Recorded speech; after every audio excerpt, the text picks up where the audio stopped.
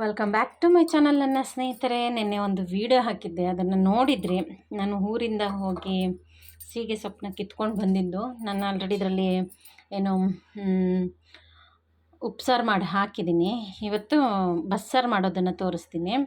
ಇದು ತುಂಬ ಈಸಿ ಬಸ್ಸಾರು ಮಾಡೋದು, ಅದು ಮತ್ತು ಅಷ್ಟೇ ರುಚಿಯಾಗಿರುತ್ತೆ, ಅಷ್ಟೇ ಆರೋಗ್ಯಕ್ಕೂ ಸಹ ಒಳ್ಳೆಯದು. ಇದು ತೊಳೆಯೋ ಅಂಥ ಪದ್ಧತಿ ಇಲ್ಲ, ಹಾಗಾಗಿ ನಾನು ತೊಳೆಯೋದಿಲ್ಲ. ನೀಟಾಗಿ ಡಸ್ಟ್ ಗಿಸ್ಟ್ ಏನೂ ಇರೋದಿಲ್ಲ, ಯಾಕೆಂದರೆ ಎಳೆ ಸೊಪ್ಪಾಗಿರೋದ್ರಿಂದ, ಅದು ಸಹ ತುದಿ ಆಗಿರೋದ್ರಿಂದ ಇದರಲ್ಲಿ ಡಸ್ಟ್ ಅನ್ನೋ ಅಂಶನೇ ಇರೋದಿಲ್ಲ. ಹಾಗಾಗಿ ಇದನ್ನು ಆವಾಗಿಂದನೂ ಅಷ್ಟೇ, ಆಗಿನ ಕಾಲದಿಂದನೂ ತೊಳೆದು ಇದನ್ನು ಉಪಯೋಗಿಸೋದೇ ಇಲ್ಲ. ಇದೊಂದು ಸೈಡಲ್ಲಿರಲಿ, ಕ್ಲೀನ್ ಮಾಡಿ ಎಲ್ಲ ಇಟ್ಕೊಂಡಿದ್ದೀನಿ. ನಾನು ಆಲ್ರೆಡಿ ಹಳೆ ವಿಡಿಯೋದಲ್ಲಿ ಕ್ಲೀನ್ ಮಾಡೋದನ್ನು ಸಹ ಹಾಕಿದ್ದೀನಿ, ಅದನ್ನು ನೋಡ್ಕೊಳ್ಳಿ. ಇಲ್ಲಿ ನಾನು ತೊಗರಿಬೇಳೆನ ಯೂಸ್ ಮಾಡ್ತಾಯಿದ್ದೀನಿ. ತೊಗರಿಬೇಳೆ ನಿಮಗೆ ಎಷ್ಟು ಬೇಕೋ ಅಷ್ಟು ತೊಗೋಬೋದು, ಜನದ ಮೇಲೆ ಡಿಪೆಂಡ್ ಆಗುತ್ತೆ.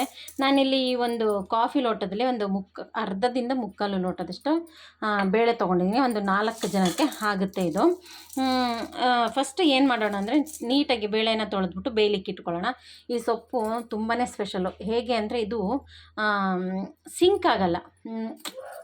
ಈಗ ಈ ಥರ ಒಂಥರ ಹಳೆ ಅಕ್ಕಿ, ಸ್ವಲ್ಪ ಅಕ್ಕಿ ಹಾಕಿದ್ರೆ ಅನ್ನ ಜಾಸ್ತಿ ಹೇಗಾಗುತ್ತೋ ಹಾಗೆ ಈ ಸೊಪ್ಪನ್ನು ಸಹ ಒದಗುತ್ತೆ. ಆ ಪ್ರೊಸೀಜರ್ ಇದು ಅದು ಆ ಗುಣನ ಹೊಂದಿರೋ ಅಂಥ ಸೊಪ್ಪು.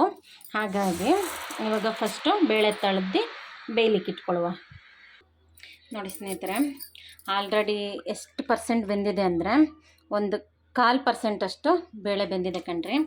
ಈಗ ಈ ಸ್ಟೇಜಲ್ಲಿ ಅದಕ್ಕೇ ಸ್ವಲ್ಪ ಉಪ್ಪು ಹಾಕೋಣ. ಉಪ್ಪು ಹಾಕ್ಬಿಟ್ಟು ಸೊಪ್ಪಿತ್ತಲ್ಲ, ಸೊಪ್ಪನ್ನು ಸಹ ಹಾಕಿ ಚೆನ್ನಾಗಿ ಬೇಯಲಿ. ಯಾಕೆಂದರೆ ಇದು ಸೊಪ್ಪು ಬೇಯಲಿಕ್ಕೆ ಸ್ವಲ್ಪ ಟೈಮ್ ತೊಗೊತದೆ. ಎಳೆ ಸೊಪ್ಪೆ ಆಗಿರ್ಬೋದು, ಆದರೆ ಬೇಯೋದು ಮಾತ್ರ ಇದು ಲೇಟ್ ಆಗ್ತದೆ.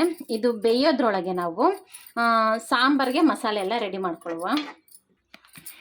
ಇಲ್ಲಿ ಮಸಾಲೆಗೆ ಸ್ನೇಹಿತರೆ ನೋಡಿ ತೊಗೊಳ್ಳಿ, ಜನ ಎಷ್ಟಿದ್ದಾರೋ ಅಷ್ಟು. ನಾನಿಲ್ಲಿ ಒಂದು ಅರ್ಧ ಭಾಗದಷ್ಟು ಕಾಯಿ ತೊಗೊಂಡಿದ್ದೀನಿ. ಹಾಗೆ ಇಲ್ಲೊಂದು ಮುಕ್ಕಾಲು ಈರುಳ್ಳಿ, ದೊಡ್ಡ ಸೈಜ್ ಇರೋದ್ರಿಂದ ಮುಕ್ಕಾಲು ಈರುಳ್ಳಿ ತೊಗೊಂಡಿದ್ದೀನಿ. ಹಾಗೆ 2 ಟೊಮೊಟೊ, ಸ್ವಲ್ಪ ಬೆಳ್ಳುಳ್ಳಿ, ಹಾಗೆ ಹುಳಿಗೆ ಎಷ್ಟು ಬೇಕೋ ಅಷ್ಟು ಹುಣಸೆಹಣ್ಣು, ಇದಿಷ್ಟು ಇಲ್ಲಿ ಹಾಕೊಳ್ಳುವ. ಹಾಗೆ ಸ್ವಲ್ಪ ಕೊತ್ತಂಬರಿ ಸೊಪ್ಪು, ಮತ್ತು ಸಾಂಬಾರು ಹುಡಿನೇ ತೊಗೊಳ್ಳಿ. ಸಾಂಬಾರಿಗೆ ನೀವು ಮನೇಲಿ ಡೈಲಿ ಯಾವ್ದು ಯೂಸ್ ಮಾಡ್ತೀರೋ ಅದು. ನಾನಿಲ್ಲಿ ಒಂದು 3 ಸ್ಪೂನಷ್ಟು ಸಾಂಬಾರು ಹುಡಿನ ತೊಗೊಂಡಿದ್ದೀನಿ.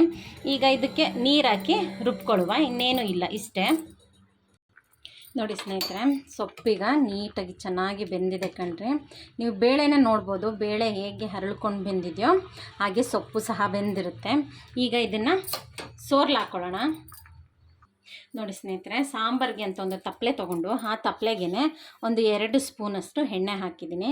ಆ 2 ಸ್ಪೂನ್ ಎಣ್ಣೆಗೆ ಸ್ವಲ್ಪ ಜೀರಿಗೆ, ಹಾಗೆ ಸ್ವಲ್ಪ ಸಾಸಿವೆನ ಎರಡನ್ನೂ ಒಗ್ಗರಣೆಗೆ ಹಾಕ್ಕೊಳ್ಳೋಣ.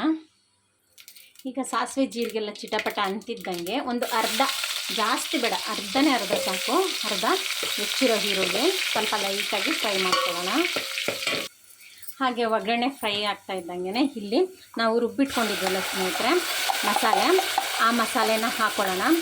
ಏನು ಮಸಾಲೆನೂ ಇದಕ್ಕೆ ಫ್ರೈ ಮಾಡಬೇಕು ಅನ್ನೋ ಅವಶ್ಯಕತೆ ಏನೂ ಇರೋಲ್ಲ.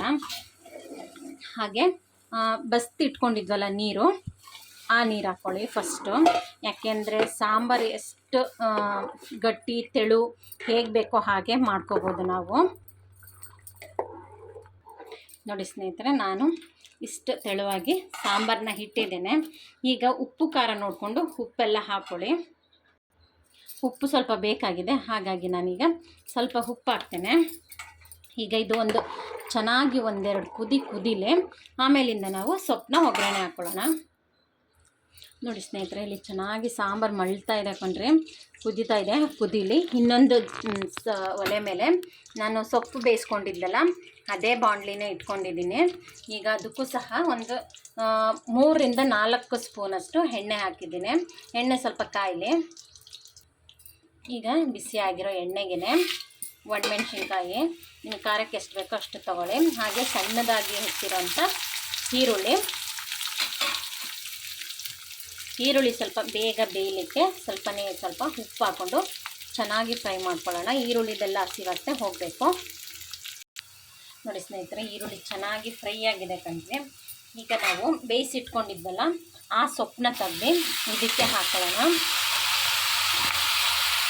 ಹಾಕಿ ಸ್ವಲ್ಪ ಉಪ್ಪು ಬೇಕಾಗಿದೆ. ನಾನು ಆವಾಗಲೇ ಸೊಪ್ಪಿಂದೆಲ್ಲ ಟೇಸ್ಟ್ ನೋಡ್ಕೊಂಡಿದ್ದೆ, ಉಪ್ಪು ಬೇಕಾಗಿದೆ. ನೀವು ಉಪ್ಪನ್ನ ನೋಡಿ ಹಾಕ್ಕೊಳ್ಳಿ. ಉಪ್ಪು ಕರೆಕ್ಟಾಗಿ ನೀವು ಬೇಯಬೇಕಾದ್ರೆ ಹಾಕಿದರೆ ಇವಾಗಿಂದೇನು ಅವಶ್ಯಕತೆ ಇರೋದಿಲ್ಲ. ಉಪ್ಪು ಕಮ್ಮಿ ಇತ್ತು ಅಂದರೆ ಈಗ ಫ್ರೈ ಮಾಡೋ ಟೈಮಲ್ಲಿ ಹಾಕೋಬೋದು. ಈಗ ಅದೇ ಬೇಯ್ತಾ ಇರೋ ಸೊಪ್ಪಿಗೆ ನಾವು ಸರಿದಿಟ್ಕೊಂಡಿದ್ವಲ್ಲ ಕಾಯಿ ತುರಿ, ಅದನ್ನು ಸಹ ಹಾಕ್ಕೊಳ್ಳೋಣ. ಕಾಯಿ ತುರಿನೇ ಒಳ್ಳೆ ಟೇಸ್ಟ್ ಕೊಡೋದು ಈ ಸೊಪ್ಪಿಗೆ. ಈಗ ಒಂದು 2 ಮಿಕ್ಸ್ ಮಾಡ್ಕೊಳ್ಳೋಣ. ನೋಡಿ ಸ್ನೇಹಿತರೆ, ಸೊಪ್ಪು ರೆಡಿಯಾಗಿದೆ, ಹಾಗೆ ಸಾಂಬಾರು ಸಹ ಚೆನ್ನಾಗಿ ಕುದ್ದಿದೆ ಕಂಡು. ಈಗ ಸರ್ವ್ ಮಾಡ್ಕೊಳ್ಳೋಣ. ನೋಡಿದ್ರಲ್ಲ ಸ್ನೇಹಿತರೆ, ಸೀಗೆ ಸೊಪ್ಪಿನ ಬಸ್ಸಾರು ಮಾಡೋದು ಎಷ್ಟು ಈಸಿ ಅಂತ. ಅಷ್ಟೇ ಯಮ್ಮಿಯಾಗಿರುತ್ತೆ ಕಣ್ರಿ, ತುಂಬ ಸಿಂಪಲ್ಲು ಸಹ. ಒಂದ್ಸಲಿ ಮಸ್ಟ್ ಟ್ರೈ ಅಂತ ಹೇಳ್ತೀನಿ. ಎಲ್ಲಿ ಸಿಕ್ಕಿದ್ರೂ ಸೀಗೆ ಸೊಪ್ಪನ್ನ ಬಿಡಲೇಬೇಡಿ. ಹಾಗೆ ಸಾನಿಧಿ ಸಿಂಪಲ್ ಅಡುಗೆ ಮನೆ ಚಾನಲ್ನ ಸಬ್ಸ್ಕ್ರೈಬ್ ಮಾಡ್ಕೊಳ್ಳಿ, ಲೈಕ್ ಮಾಡಿ, ಶೇರ್ ಮಾಡಿ. ಹೊಸದಾಗಿ ನನ್ನ ಚಾನಲ್ನ ನೋಡ್ತಾ ಇರೋರು ಸಬ್ಸ್ಕ್ರೈಬ್ ಮಾಡ್ಕೊಂಡಾದ್ಮೇಲೆ ಬೆಲ್ ಆಪ್ಷನ್ ಬರುತ್ತೆ, ಅದನ್ನು ಇದು ಮಾಡ್ಕೊಂಡಾದ್ಮೇಲೆ ಆಲ್ ಅನ್ನೋ ಆಪ್ಷನ್ ಬರುತ್ತೆ ಸ್ನೇಹಿತರೆ, ಅದನ್ನು ಓಕೆ ಮಾಡ್ಕೊಳ್ಳಿ. ಫಸ್ಟ್ ವಿಡಿಯೋ ಫಸ್ಟ್ ನೋಟಿಫಿಕೇಷನ್ ನಿಮಗೆ ಬರುತ್ತೆ. Thank you.